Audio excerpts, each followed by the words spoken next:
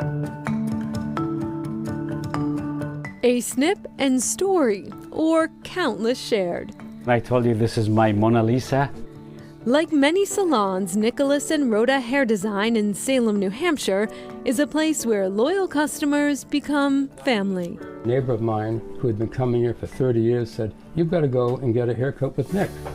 But it was only Will Boucher's first time in this chair a few months ago. First time meeting Nick Attawil, when he says he was so moved by the view that he needed to share it with Chronicle and you.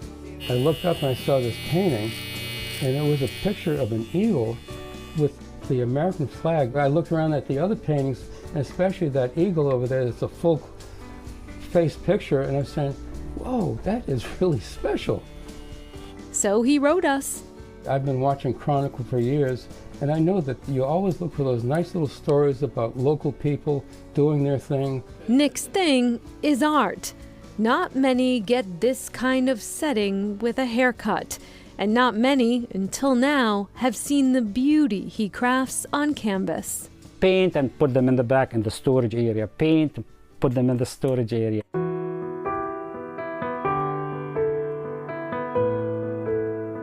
Do you have a favorite to paint? Beauty. Beauty of life. But you find beauty everywhere. Exactly. In his studio, the basement of his Methuen home, he brings canvas to life. Wildlife, city scenes, nature in all its forms. They all have a story. The wheat, for me, means life. Life. Yeah, I know it's like material, but no, for me it means more than that. It's nourishment. Exactly. It's like continuance of life. See how like the ears, all like this, is a heart. It's a heart. And was that intentional, or yeah, a little bit, yes. One day I was thinking about hope. Hope means no matter what happened, life should not go out of you, it will come back. Nick says hope is what brought him to the United States.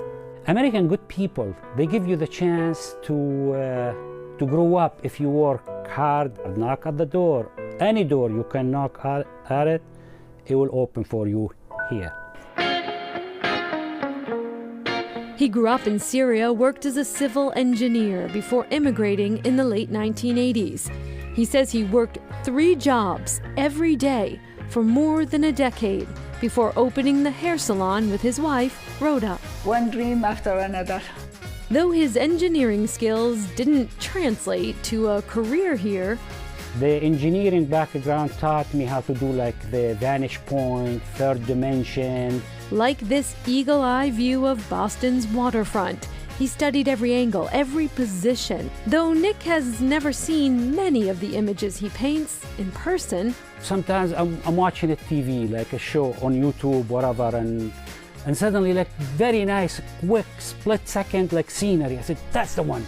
I'm gonna paint that picture. He does it for the joy. It's very personal. Some people love it, some people okay, some very personal. His home, a striking adventure from sea to city to distant lands. But it was this land that opened the door. This is, I call it the Mona Lisa. This is your Mona Lisa. This is what brought us here. Exactly. All my buddies there, they told me, Nick, you should do something for 4th of July. And I thought it was a good idea because it's just like to say thank you, America, thank you, Americans, because they were very, very good to me. And when he saw that painting, he told me, Nick, this painting has to be out. Everybody needs to see it. And that's what he did.